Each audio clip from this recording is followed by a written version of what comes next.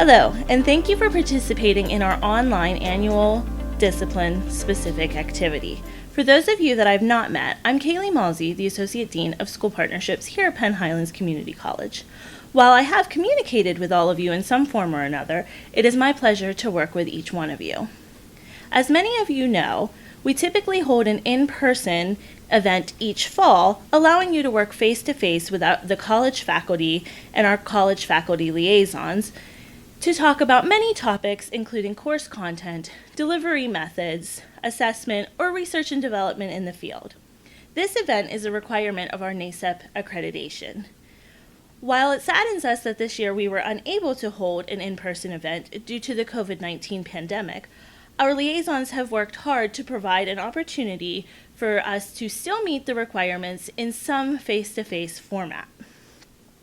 In the fall, faculty liaisons held live Zoom meetings with ACE faculty. We understand that not everybody was able to attend these meetings at the specific time, but the meetings were all recorded and have been uploaded for you to complete and view at your leisure. Supporting documents from all of these meetings are also included on the training pages. We appreciate your time in completing the annual discipline-specific activity. There is a short survey that we are asking you to complete once you have completed the training. If you have any questions regarding this training or other requirements, please do not hesitate to reach out to me. You can email me at kmalsey@pennhighlands.edu or give me a call at 814-262-3859. Thank you again for your dedication to the students and your participation in the ACE program. Thank you. Can everybody see and hear me? It looks like we have Melissa, Sarah, and Kathleen. Yes. Okay. Just double checking. I'm trying to do 5 things at once, and of course that's not working. So You're good. I see you, girl. Well, I don't see you, girlfriend, but I hear you, girlfriend, and that's all that matters. There she is. Okay. All right. This is being recorded, just to let you know. Hopefully you don't have an objection to that. It's really just for me, not for you guys. So don't feel like I'm putting you out there. It's more just, here's the information for those who missed it. First off, tell me, Sarah, I know Greater Johnstown is now back to online learning. Yes, we are starting virtually on Thursday, and we are going to stay virtual until December 1st, and I guess they'll assess it from there. Okay, so that's helpful because one of the things I had on my agenda was kind of checking in with you all to see where you're at. Like, are you in person? Are you virtual? So, okay, so you're for the 12th through December 1st, which with the possibility of extending it, of course, if something happens. Correct. Okay. Kathleen, are you online or are you in person? Yeah, I'm at Blairsville, Salzburg, and right now we just came back from a cohort situation last Thursday. Okay. So we just brought all of our students back into the building starting last Thursday. And so we are back for Monday, Tuesdays, then everybody, well, when I say everybody, the students are off on Wednesdays for deep cleaning and the teachers report. And then Thursday, Friday, the students come back. So they're back 4 days a week. Okay. Yeah. So on that Wednesday, do you have distance learning or the kids just basically off? They're not off. We are to run like a sort of like a tutorial or check-in. We're still to do like a shortened, like a half an hour class, if you will, Sure. for a Google Meet. And we're to be available for, any kind of student help or something like that. So. Perfect. Okay. And then Melissa. She's on mute. Maybe she doesn't. Can you hear me now? Hello? There you are. Yay! So we're face to face. We're face to face Monday through Thursday, and then Friday our kids are synchronous with us in Zoom meetings. So Okay. Friday is a little bit shortened. Rather than 40-minute classes, we have 30-minute classes, and then the other 10 minutes we account for in an assignment of some sort. So I just give them a homework assignment to count for that additional 10 minutes that they're losing of class time. So Okay. that's how we're doing it at Ferndale right now. And we're going until we're told otherwise. And I was told that until the governor shuts us down, we are going. So You and me both, sister. So I am at Somerset Christian School. I teach there in the mornings before I have court, and we are in person 5 days a week, but it is truly like social distance to the max. I mean, my kids are like spread out all across the room. And then they sanitize every night. And I basically have 2 lesson plans running at all times because I feel like I never know if the governor's going to come in and be like, oh, hey, that's nice. We'll see you later. So what we've been dealing with, at least at our school at Somerset Christian, is total Zoom fatigue. So I've been really trying to find some other things to engage our learners that are not on Zoom, that are tired of Zoom, that are like, Mrs. Flower, I love you, but I don't want to see your face anymore. That's what I plan to talk about tonight. Penn Highlands is all virtual now. I don't know if you guys received that announcement or not, but we are all concerns, rising numbers, etc. The on-campus classes are now all moved off. Not sure how long that's going to last. It's at least the semester, but like you said, Melissa, it could be, January, and when they could just be like, that's nice, you're not coming back. So yeah. Planning for all contingencies. Penn Highlands operates on Schoology platform. Who told me they had Google? I have Google. Kathleen has Google. Okay. We do Google, yeah. We currently have Google, but they've been training us on Schoology, and they said they would like to switch over at like the midpoint of the year. But I don't know what will actually happen with that. So it's currently Google. It will probably switch to Schoology, but who knows? Okay. And Melissa? I use Schoology at Ferndale. I mean, I teach for the IU in the afternoons online as well, and we use Canvas through the IU. So I'm familiar with both platforms. If anybody needs, help in any way, I can help. That is helpful because Schoology has been proven to be Yes. difficult for our kids, but also for parents, which, as you guys know, throughout the pandemic, we have tried to maybe ease up some of the requirements that we have for our classes, because we recognize that while we're trying to teach in this environment, the parents are doing a lot of the work at home. And we don't want to make anybody more frustrated than we already are from the situation. With our parents and our kiddos. So that's helpful, Melissa. If you don't mind, I will certainly share your contact information with others that may say, hey, we're moving to that platform, I'm not sure, just there's a little bit of a tutorial. Like I said, we're finding a lot of trends, I guess is the word I want to use, for distance learning. One of them is that our kids are Zoom fatigued. They're over it, which I think we all are, to be honest. If I'm being honest, I'm going to tell you the same thing. I think the parents certainly are. I think we're also trying to find out the platforms like you guys talked about. Yes, your school implements them, so sometimes you don't have the opportunity to have a say, but there are other platforms outside of the ones that your school is offering that may help supplement what's being asked of you. I'll go over those a little bit tonight. I'll do some share screens and then just show you what we have. Again, we're also seeing this real crazy trend with a lesser amount of engagement from students. Now, some school districts, I don't want to speak for yours, have basically done a pass-fail. Did you turn in the assignment? Did you not turn in the assignment? It's basically all or nothing. Some are saying, well, we appreciate that you turned it in. We're actually going to grade based on a rubric. I'm not sure where your students fall, but we've definitely had to see a scaled back version. We've on Zoom. That's crazy. That's not going to work. So if you're one of those teachers, I would not recommend that because it's not proven to be effective for the kids. Megan, I'm sorry, can you repeat that last sentence because you kind of Ooh, went out on me and I didn't hear what you said about Zoom, something sure. not being great or something. Let me make sure my internet connection is also working. It could be on my end too. So.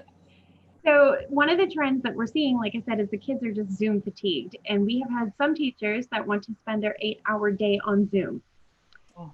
Yeah, I really don't recommend that. It's not proven. We've not seen any studies. We've not seen any trends showing that that has actually helped the students or that that has kind of eliminated that memory loss or loss that we typically see over the summer. We've not seen that at all. So I think people are like, well, I spend 8 hours in the classroom, so I should spend 8 hours on Zoom with my kids. And that's really not what we're after. We really need to pare that down. Did that answer your question, Kathleen? Did you Yeah. hear? Perfect. Thank you. Yeah. The other thing that we're seeing, and this is like the big one, which is kind of why I decided to really do a whole lot of different ideas, brainstorming platforms with you guys tonight. So this is the big one. We need serious buy-in from the kids and serious buy-in from the parents, because when you're in the classroom, that's super easy, right? Sarah, I've been in your class how many times now? Those kids are engaged, you're in their face, you're with it. What Miss Lentz is asking to do, period. The buy-in is all there. They're going to go home and tell their parents about it. Their parents are going to be like, oh, my kid likes Miss Lentz. My kid's going to come in for Ms. Lentz. Ms. Lentz is a good teacher. We're good. My kid has homework, no problem. If you're not there, Sarah, the chances of your kids buying in, while they may be wonderful most days, the chances of them buying in and the parents buying into what you're trying to sell them on Google or on Zoom are a lot less. So we've been trying to find other ways, and there are different teacher groups on Facebook. There are different, even I would say blogs really coming about that are trying to create more of that buy-in for the students, right? So students are tired of this on the computer. They're tired of not seeing their friends. They're tired of not having Ms. Lentz saying, hey, what's up? How was your day? You know, making them talk in Spanish or in French. They're really just fatigued, for lack of a better word. They're truly fatigued. So how do we engage them? And how do we kind of push past that fatigue to keep it interesting? Think of your classrooms. You guys will have a million different things that you do in your class, right? You have projects, group assignments, partner work, individual assignments, lectures, worksheets, things like that, right? You have all these different methods. When you're on Zoom, your method is what? Talking on Zoom. That's all you got. So, screen shares with you here. Ooh, let's use that first. Okay, can you guys see this? Yep. Yay, okay. So your Google, if you have Google Classroom, do you have it set up like this where they can actually like navigate your actual class, see class where people grade the whole 9 yards? Yes. Yes. Okay, so I don't need to go over that. Do you guys have Duo or Google Meet in lieu of Zoom? Yes, we are using Google Meet in lieu of Zoom. Okay, and a lot of people We are are. also using Google Meet. We're not allowed to use Zoom, so it can only be Google Meet. Nice. And I'm not sure if this is something to note, but your like class code where it generates a meet and everything else, we have to have one meet. Like I just put it as a reoccurring calendar event for all of our classes. Perfect. We can't use what's in that. Sure. So, and this is just an example. This is not what I use for my class. This is just an example that I made for you guys tonight. But certainly there's a whole different way to integrate what you guys are trying to send the students online and put them on each one of these different pages, et cetera, et cetera. So I won't go over that. Have you guys used Gimkit at all? Yes, I have. I've heard of it, but I haven't used it. Okay. This is a fantastic tool for distance learning. Yes, I know. Okay.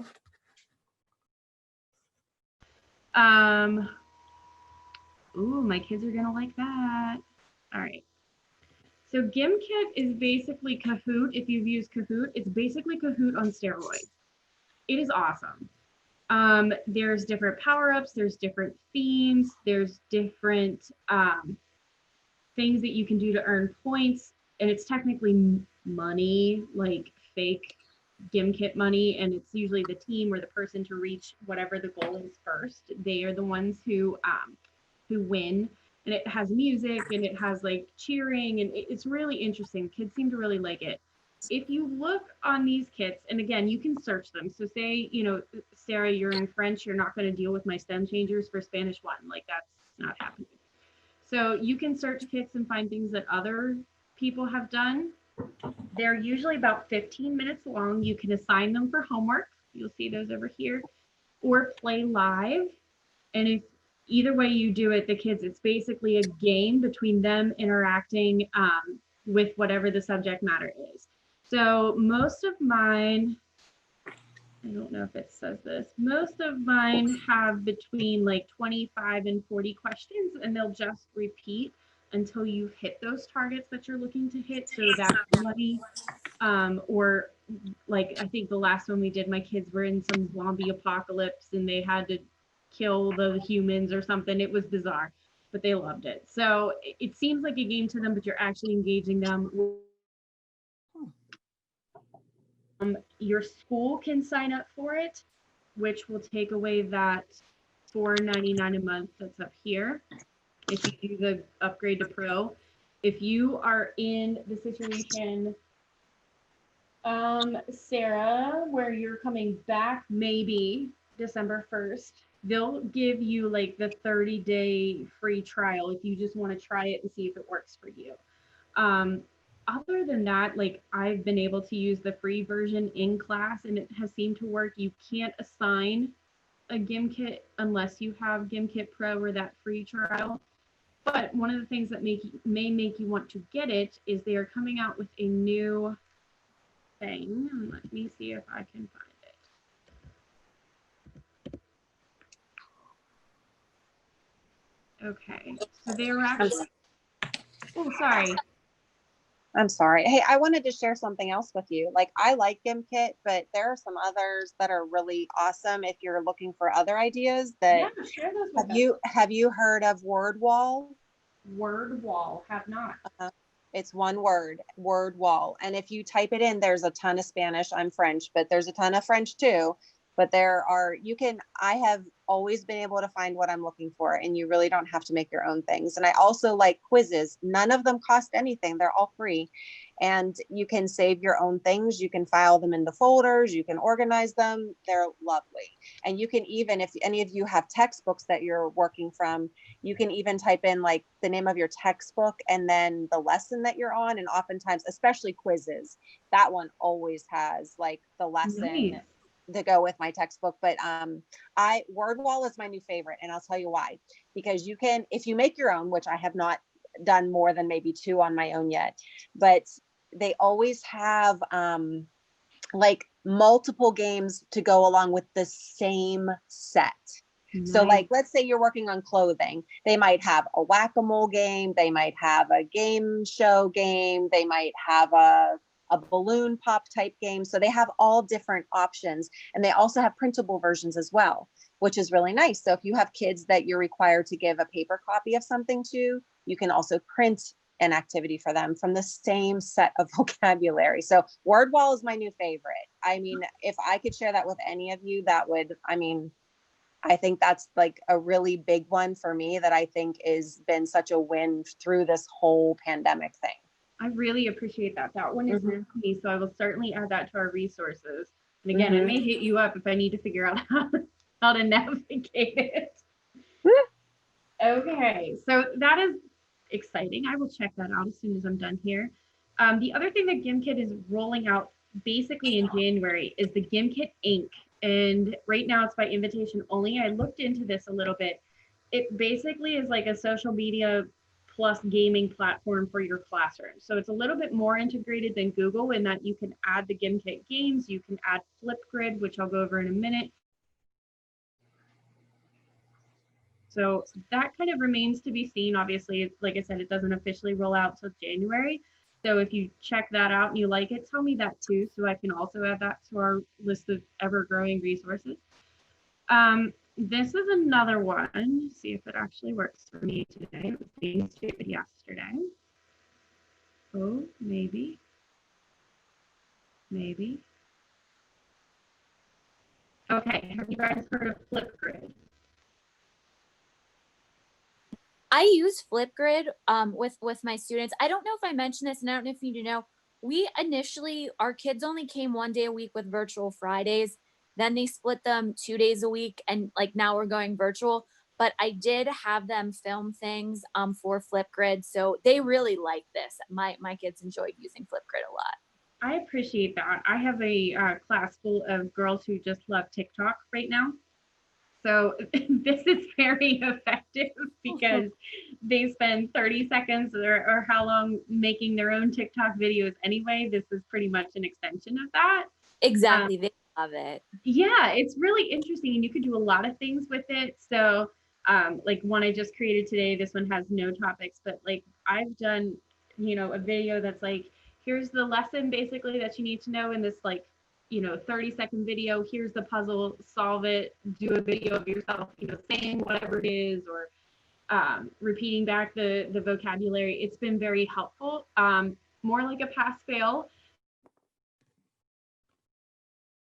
So like one of the very first things I did for Spanish 1 last year, once we hit quarantine, was I basically made them say hi to whoever they wanted to in their class with this like 30-second intro, hey, how are you? This is what I've been doing in quarantine. What have you been doing? All in Spanish. And that's been really exciting for actually speaking it, because like I said, through Zoom, it's great, but sometimes your kids don't want to show their face, or they don't want to raise their hand, or mom and dad don't know how to pronounce it and they're scared to, and it makes it a little bit easier. I hear you laughing at me, Kathleen. No, I'm sorry. No, it's happened. It's just relatable. I'm telling you, we've heard so much. That's why I was like, I have to show them this. There's lots of things you can do with it. Again, there's more blog posts that you can read about it if it's something that you would want to do, but it is free. It's something at least to get your kids speaking the language, which, like I said, some days is a challenge in and of itself. Great. Let's see if I can navigate this one. This is my Pinterest board, and you are welcome to it at any time. I actually started this whole journey because I was tutoring, not because I was doing anything else. And it just has really blown up. So this is my personal Pinterest board. You can find a lot of distance learning activities on here. You can find even just different graphics that you can post on your Google, or you can post if you are in Gimkit Inc, even Flipgrid. Copy and then kind of use me pointing to them and put them in Flipgrid so the kids could understand. That has been helpful as well. Again, like here, how to assign a Kahoot challenge with Google Classroom. There's been a lot of push on Pinterest for what do we do with distance learning. I'm sure you guys know about Teachers Pay Teachers. I'm sure I don't have to tell you that. Mhm. Yes? Okay, good. Oh, yes. So again, we're seeing a bigger push on Teachers Pay Teachers for things like distance learning, like here's interactive map, just different things that you can do to kind of adapt and work on that engagement like we talked about. One of the last things I want to show you, when this ended up being like by default a hit with my kids last year, were iHeartRadio podcasts. Again, they're listening to music. Some of them have Spotify. All of my kids have Spotify. iHeartRadio is not cool, Mrs. Flower. It has to be Spotify, whatever. So the point is the same. There's several podcasts. Some of them are in Spanish. I have found some even with some relatable Latin music artists, or some very famous celebrities that are Latina, like Sofia Vergara. We found interviews with them where they talk about their heritage, what it's like for them to be Hispanic. It's been another way to just kind of add a whole different tool to the toolbox, if you will. Like this one, I think there's some that just are for listening, but again, there's others that you can looking for it. They, the Spanish 3 girls last year were just introduced to Nikki Jam, who is a, Latin artist that they just absolutely love and adore. So I found a podcast where he explains his upbringing, and he was actually incarcerated for a period of time, and they were just fascinated. They did not know the backstory. It was about 40 minutes long, so about a class period. And then I had them answer some questions based on the podcast, and that seemed to be a hit. So I just wanted to throw out iHeartRadio. iHeartRadio is free. Spotify is to an extent, but you may also have to pay for it. But like I said, my kids are too cool for iHeartRadio. They have to have Spotify. So Lord knows what yours has. I'm going to hit stop share. There we go. Okay. Hey, So- Megan, just going along with that, I'm not sure if you're aware, they always do a March Musical Madness. There's a couple like Facebook groups, but I think Senor Jordan does it. And March Musical Madness ended because of the closure. My kids are really sad, but they did October something. But if you go on YouTube, you can search the playlist. It's free, and they're all like vetted songs, and all the songs and all the music videos are like safe. So you could share the whole playlist or share a song one at a time. But my kids love this and they love voting. And even though, I mean, you can discuss the songs, look at the lyrics, there's all kinds of lesson plans, but it's something else, and it kind of like takes away the fatigue. Perfect. And that's exactly what we're trying to do, is combat that fatigue. You guys, I'm sure, like today we're all sorts of moody, and I was like, what is this mood? Like, I didn't ask for this mood. And they're like, we're tired of it. And I'm like, okay, then don't take it out on me. Like, it was a whole discussion. They were just like, what if we shut down? Oh my God. I'm like, just bring it down. So you can combat that at the outset. That's always helpful. So I like that idea, Sarah. We do March Music Madness in my class as well, but it's certainly not a play. It's certainly not anything like that. It was totally low tech. Last year was like a bulletin board that I would update at my house. It wasn't even like anything real exciting. So that's a great idea. But again, just other forms of engagement that we can try to do just to help, because I know everybody's tired. They're like, I didn't have to do that. That's what I have you for. And it's like, we know. We didn't ask for this either. So those are some resources that I have for you. Of course, like I said, I will keep that ever-growing list. I already wrote it down for Wonderwall or Wordwall. Wordwall? Okay. Melissa's laughing at me, so I'm calling it Wonderwall. So I will keep that, as well as the playlist idea, Sarah. I think that's a great idea. If you guys have other resources where you stumble across other things, please let me know so I can constantly add that, because we do get questions on a regular basis. There is, and let me find the right thing on Facebook before I tell you the wrong name. And I think, Sarah, actually, you introduced me. Spanish Teachers of the U.S. That one, but there's another one. There's fun Spanish and French teachers in the U.S. There's also Teaching Through the Global Pandemic. Global Educator and Global Educator Collective. Do you guys know about that one? Yes, Melissa's like vigorously. What'd you say, Kathleen? What was that, Megan? Repeat that title. Global Educator Collective. Okay. It's by request only, which is fine because I'm in the group. So if I see that you're up there, I'll approve you.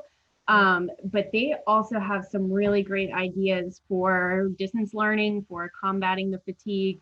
They have shared a lot of articles that provide so you know what your kids are feeling. But that's another group that's on Facebook. And yes, Sarah, you have a ton of other awesome groups that you have introduced me to on Facebook that I've appreciated very much so. So again, if you find other ones, please let me know. I'll make sure that it's on our list. We have lots of teachers that are in your boat. Please don't feel like you guys are alone. I think if that's the biggest thing I can convey to you, I would like to do that. It's frustrating. We're all frustrated. We're all tired. We didn't sign up to be online teachers, right? I'm sure none of us decided when we signed that contract that, yeah, this is what I'm going to do. I don't need to see the kids at all. Like, it's very hard. So whatever we can do to help, just please let me know. Do you guys have any other questions? Melissa says no. I'm good. Thanks. Kathleen, you okay? I'm good too. Yeah. Okay. Yeah. You guys know how to get a hold of me. My contact information hasn't changed. I'm still your ACE liaison.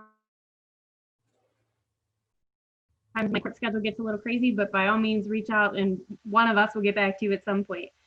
If it goes longer than December 1st and you decide that you're still doing distance learning there and you need other things, you holler back.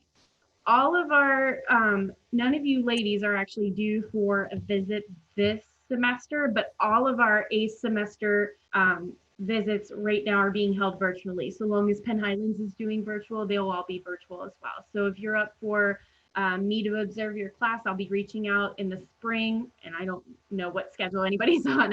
Sarah, I know that you're good for a little while, but I'll be reaching out in the spring, and it'll just be me zooming into your class or Skyping into your class just to see how things are going, making sure that, you know, what you're teaching is meeting the same criteria that Penn Highlands has set for the online class. I would say on campus, but it's not really on campus. So we'll call it the online class. But that's all I have for you, ladies. I really appreciate that you spent the time with me tonight. Like I said, this is recorded. So I think if you want to go back and see it, or Kathleen, you forgot some things, by all means, I think there's a way that you can access it and review it, or share it with friends. Yeah, great. All right. Okay. Thank you, ladies. I really appreciate it. I hope you have a great evening. Thanks, Megan. See Thank you. you. Thank you, Bye, Megan. guys. Bye. Bye. Guys, good luck, everybody. You too. too. Thank you. Bye.